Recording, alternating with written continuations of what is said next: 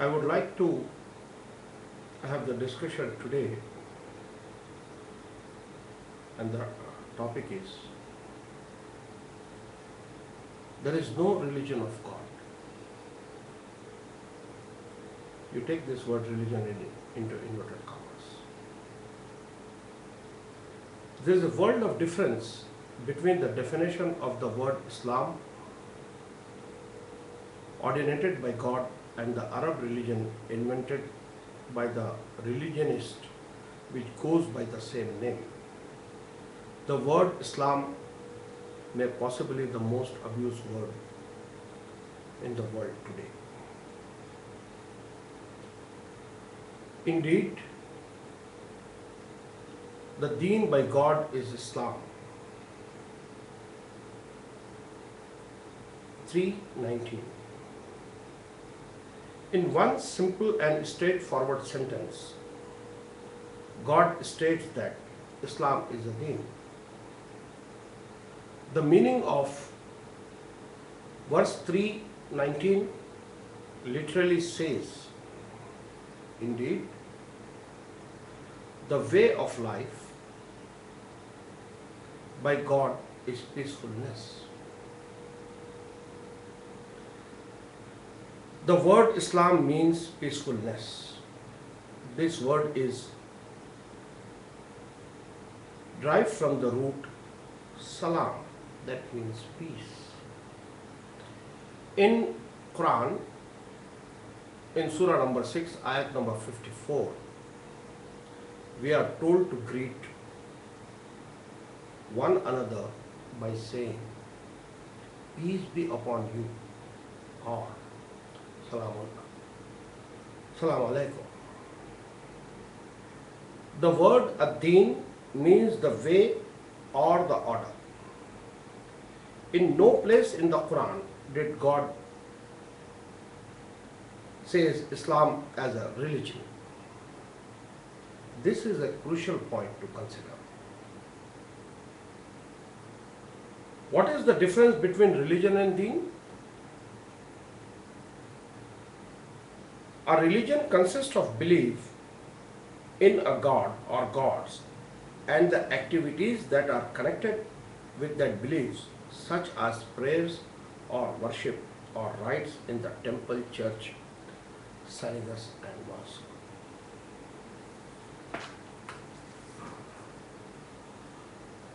A deen refers to a way or method of doing something, or an orderly method of doing something designed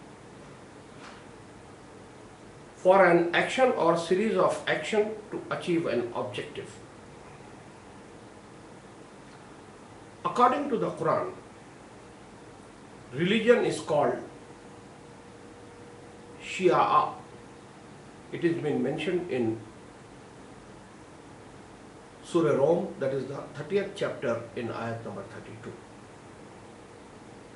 It is a system detached from God's prescribed way of life, or the Dinullah. Religion was created by humans for the people to devote themselves to a common entity like, but not limited to the physical entities made from wood, stone, rock, metals or anything tangible. People serve these ideals or icons by worshipping them through prayers and religious rites, which eventually evolve to become institutionalized and regulate religion obligations. The deen is the order in the system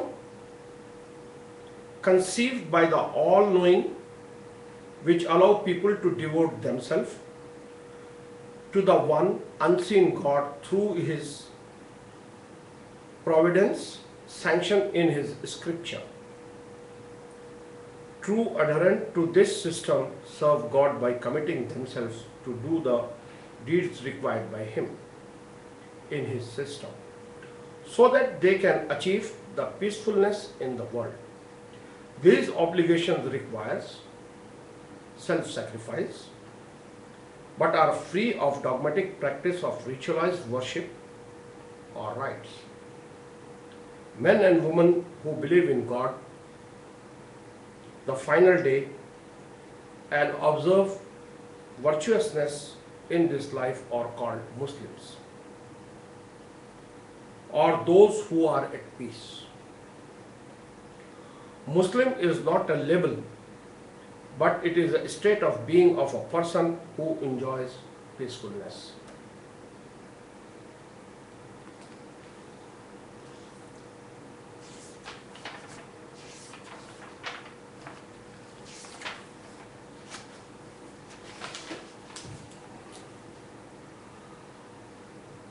A deen, on the other hand, is a way of life sanctioned either by men or by God Himself. When God says, "You shall not serve except me," it means that we are to observe only what is sanctioned by Him. These sanctions were revealed to the various prophets. In the Quran, it is known as Dinullah, or God prescribed way of life. Hence, we find many passages in the Quran instructing people to obey God and obey the messenger so that they not be diverted from the God's prescribed sanction under the pretext of a particular religion. God's deen requires His servant to manifest their faith in practical acts of charity and deeds. His way is series of degrees that must be translated into action as the way of life. For example, God's covenant revealed through all prophets requires His servant to observe the degrees listed below. Anyone can undertake to fulfill their covenant with God by upholding these prescribed degrees without consulting the priest of any religion. They are: your Lord has decreed that you shall not serve other than Him. You shall honor your parents for as long as they live, one of them or both of them. You shall not speak harshly to them nor mistreat them. You shall speak amicably to the people and do not utter any lies. You shall regard the relatives, the orphans, and the poor. You shall not kill your children from the fear of poverty. You shall not commit adultery. You shall not kill anyone, for taking a life is made forbidden. You shall not touch the orphans' money except for their own good. You shall give full measure when you trade and weigh with an equitable balance. You shall not accept anything that you yourself cannot ascertain.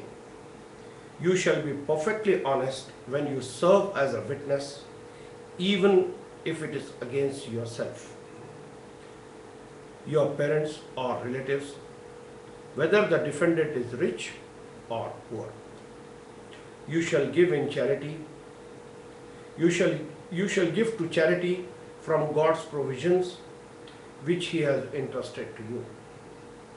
You shall strive in the path of God, that is fi sabilillah, against those who strive against you, but not aggress. You shall fulfill your commitments and humble yourself with those who are humble. You are not to be arrogant, not to walk in pride. God does not love the boastful, the arrogant.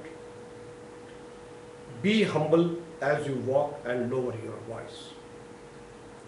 Eat from everything that is lawful and good, and do not follow the steps of devil. He is your enemy. He directs you towards wish and evil and to invent lies and attribute them to God. This is a part of prescribed way and the wisdom sanctioned by God in the Quran. People from time of Noah, Abraham, Joseph, Moses, Jesus and Muhammad have been committed to these values.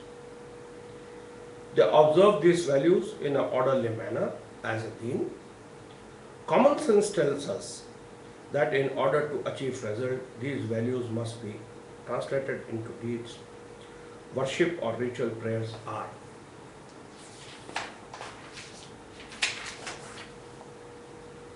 irrelevant. Therefore, religion and deen are distinctly different. People are expected to serve the Creator by observing the prescribed orders. In Quran it is said, He has decreed for you the same deen enjoined upon Nuh and what is revealed therein, and what was decreed for Abraham, Moses and Jesus. You shall uphold the one deen and not to be segregated. It is simply too difficult for the ideal worshippers to accept what you advocate. 42:13. Be patient to God, observe Him, uphold your commitments, and do not fall into ideal worship, and do not be with those who change the deen into religion, that is Shi'an, which sectarians are happy with what they have. 30, 31, 32. Surah number 30, 31, 32. Traditionally, the word Shia is translated as sect. Sects have long been associated with the principal differences in a religious context. God, however, has no interest in sectarianism. All the religions in this world are the same. The faithful congregate, they gather, they form groups to a common cause in public, they worship and pray ritually to different shape of ideals, be it a wall, cross, star, crescent or a square house, or other images made from the material which themselves owe their existence to the true God. That is the extent of difference between the religion and the deen as far as the Quran is concerned. What the message I want to give you, the original Islam, which has been given to Prophet, that is in the form of a book that is known as Quran, which is available to us. You have to be bold enough, I tell you, that you should do a contextual reading of the book, apply your senses, then form your own conclusion about whatever you are doing it. You may be Hindu, you may be traditionally Muslim, or you may be a Jew, or you may be a Christian, whatever you may be. Deen is not about the dogmatic beliefs. It is the order of life. It is been given by God the Almighty, who has created the universe, who knows everything.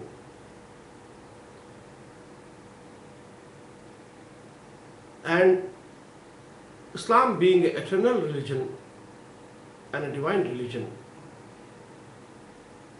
it has to be in the conformity with all the other universal laws which God has given to the universe. It cannot be apart from them. If they are not in the conformation with the law of natures, it cannot claim to be a divine and eternal. This is a point which I want to bring to you. It is nothing against any religion or anything. If you feel comfortable by practicing something, it is your own choice. It has nothing to do with the book. It has nothing to do with the book. What I am saying is, Islam is a deen, that is the order of life, and Quran is a book which is meant for all people. all nations. So its discourse has to be in conformation and acceptable to all the people, and it should have the fundamentals, that is, I mean to say, it should work as a constitution of humanity. It should give the principles. Quran discusses the principles. You believe me, there is not a single ritual in the Quran. Not a single ritual. We have come to this conclusion to do all these things. I don't want to enter right now into that argument whether it is right or wrong. But the point I want to bring to your knowledge is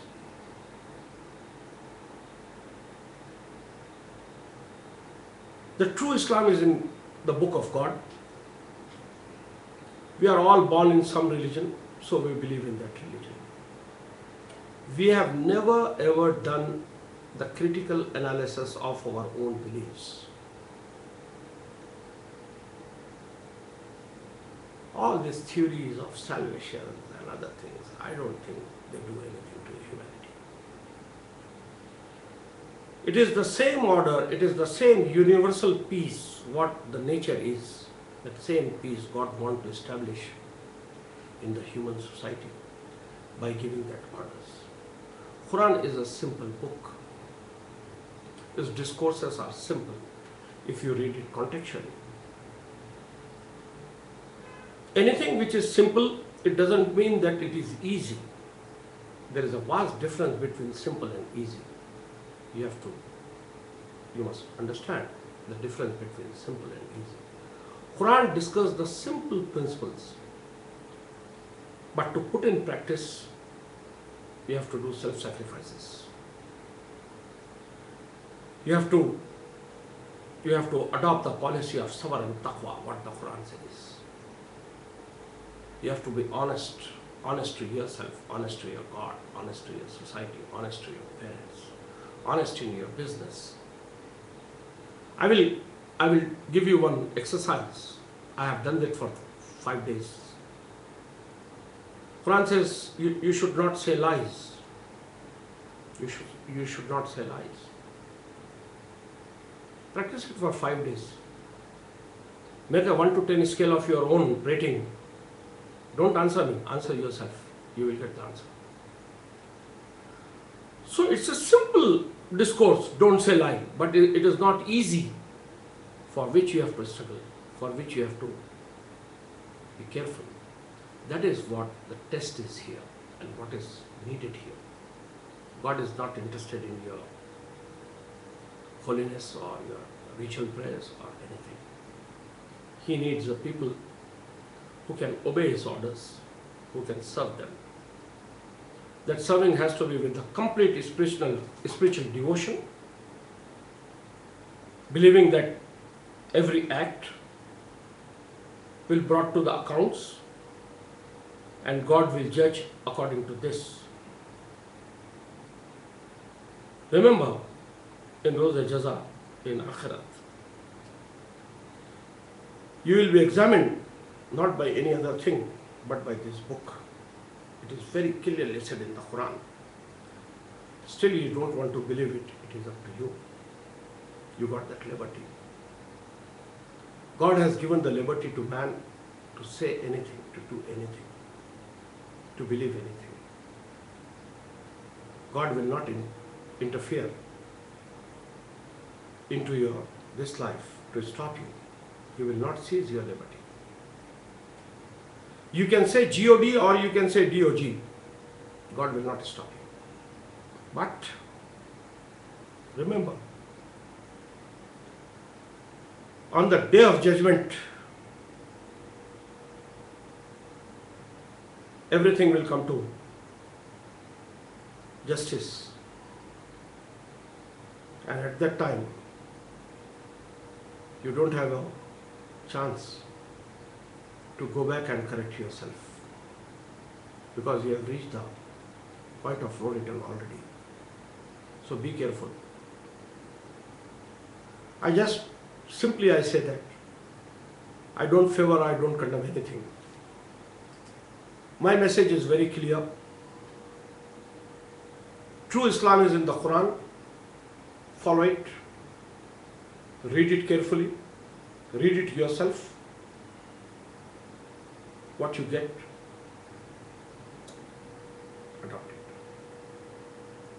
All the scholars, they recommend one thing. Even my Guru has recommended this thing to us. When you read the Quran, you should read the book empty-mindedly, without any pre-conditions. Whatever you get, you adopt it. It is that sincerity what is needed for every man to do the reading. A contextual reading of the Quran is very essential. That will give you a very clear picture. This is the message today I want to